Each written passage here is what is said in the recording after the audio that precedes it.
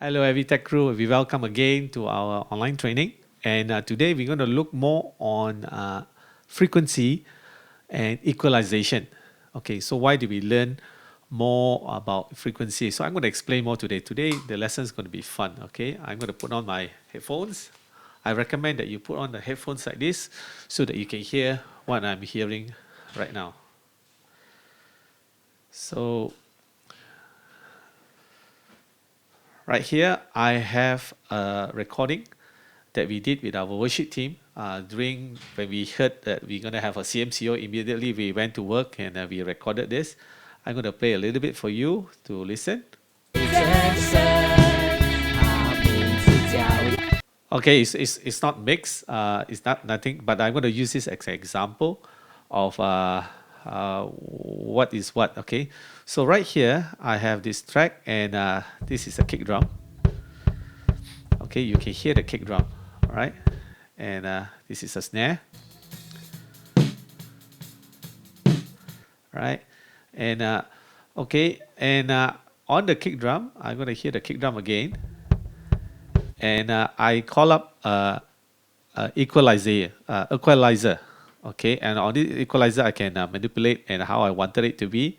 You can see that this is the from 10 hertz to 100 hertz, 500 hertz, 2 kilohertz, 10 kilohertz, 20 kilohertz, okay? So what I like about this software is because I can teach you easily so that you can visualize. I have what they call a high pass here. So it means if I were to drag this up to here, meaning anything that is from 100 hertz or 67 hertz here, 67 hertz, there's a high pass. Means anything 67 hertz and below, nothing goes through. Okay? And if I put a low pass, LP stands here, if I were to put it down here, can you see this? It's 11.6 kilohertz. Anything above 11.6 kilohertz, there's no sound. Okay, and I find this is a very great teaching tool because why? Now we can hear when we want to EQ a kick drum, what frequency should I be EQing at? Okay, so we're going to narrow down what these instruments their fundamental frequency is. Okay, all right. So I'm gonna play the kick drum again. Okay, and you can hear as I drag up this high pass filter, you can hear that kick drum sounds changes.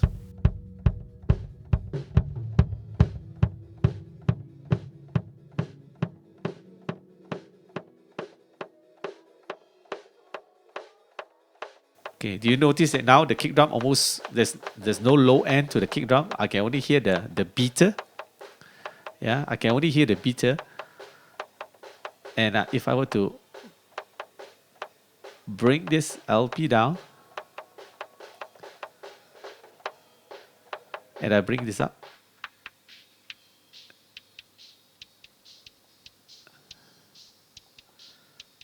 so there's only a little bit around 5 kilohertz. That's only a bit about the beater, but most of it you can hear is the other leaks of the other sound. Okay, but let's put it back down. If I were to cross it at 100,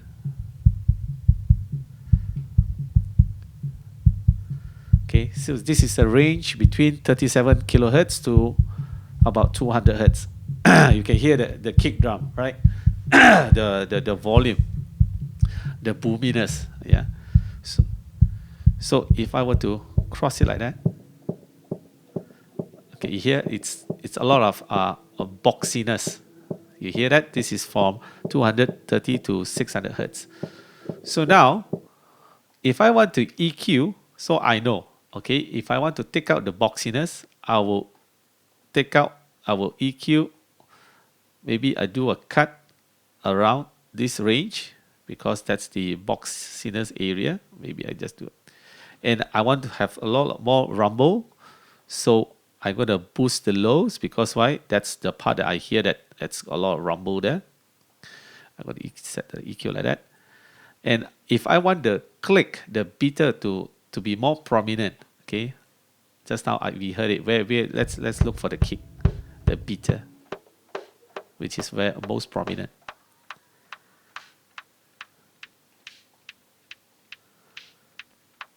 Yeah, I hear it. That's around 2 kilohertz, right? That's the beat that is most prominent. So I'm going to put a boost there, a little bit of boost there on the 2 kilohertz, so that, and let's hear the effect. This is our EQ, with EQ and without. With, it's more kick sounding. Without, a little bit more boxy, not much definition. Right? You can hear that if you can hear it on the headphones. Let's continue on. Let's try our snare then. Okay, let's hear the snare. So if I would drag this all the way up, you only hear the beater, where the steel hitting the snare. But if I were to go cross anything above 5K, there's not much snare there, but there's a lot of hi-hats because the hi-hat is just next to the mic, right? So when I EQ, I would know what I need to EQ. I don't EQ around this range because why? I want to EQ the snare, not the hi-hat. Right? Then how about if I were to the lows?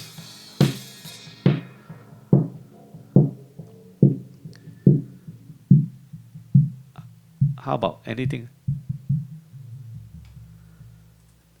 Can you hear that? Anything below 100? Yeah, just a lot of rumble there. There's not much of the snare.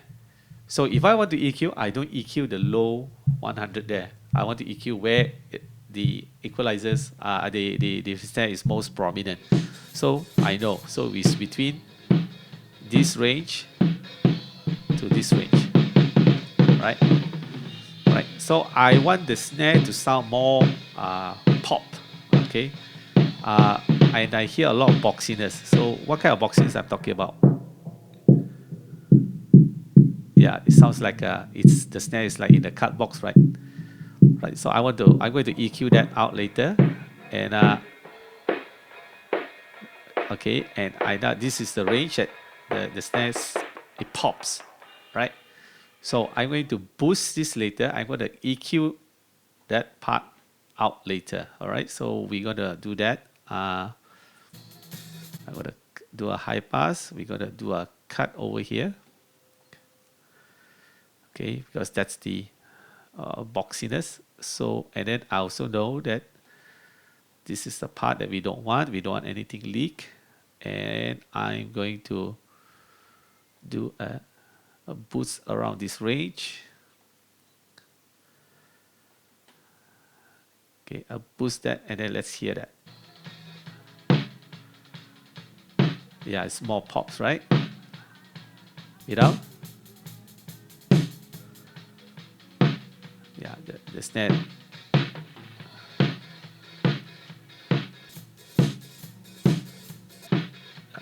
That's too much.